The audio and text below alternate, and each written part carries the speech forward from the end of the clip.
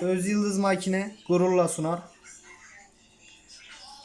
Gördüğünüz gibi hiçbir şekilde boş bırakmaz, sıkı basmaz, hata vermez. Tamamen otomatiktir. İddia ediyoruz, Türkiye'de tekiz. Numaramız 0507 376 8926. Öz Yıldız makine, Ankara.